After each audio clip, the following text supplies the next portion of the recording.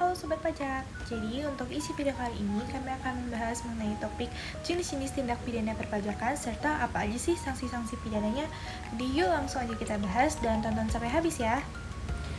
Nah, jenis tindak pidana yang pertama yaitu tidak menyampaikan SPT. Jadi ketika wajib pajak tidak melaporkan SPT tahunan atau masa sesuai ketentuan.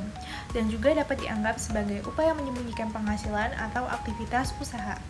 Jenis tindak pidana yang kedua adalah SPT yang tidak benar atau yang tidak lengkap, seperti SPT yang dimanipulasi atau SPT yang tidak mencerminkan keadaan yang sebenarnya. Yang ketiga, menghindari pembayaran pajak dengan cara melawan hukum. Misalnya, menggunakan NPWP orang lain, membuat faktur pajak fiktif, atau membuat perjanjian atau transaksi rekayasa untuk menghindari pajak. Jenis tindak pidana perpajakan yang keempat adalah tidak menyetorkan pajak yang telah dipungut atau dipotong. Pelaku memotong atau memungut pajak, misalnya PPh 21 atau PPN, tetapi tidak menyetorkannya ke kas negara. Hal ini termasuk tindak pidana karena merugikan keuangan negara secara langsung. Jenis tindak pidana perpajakan yang kelima yaitu membuat pembukuan palsu yang menyusun laporan keuangan yang tidak sesuai dengan kondisi nyata perusahaan dengan tujuan untuk mengurangi penghasilan kena pajak atau menyembunyikan aset.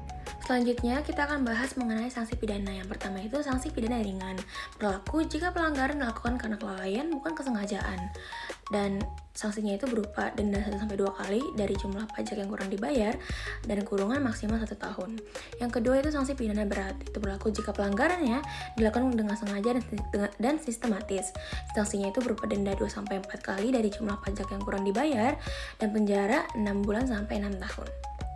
Dan yang terakhir yaitu denda administratif, itu bisa berupa dalam bentuk bunga, sanksi 100% dari pajak, atau kenaikan pajak terutang. Sekian penjelasan dari kelompok kami dan terima kasih.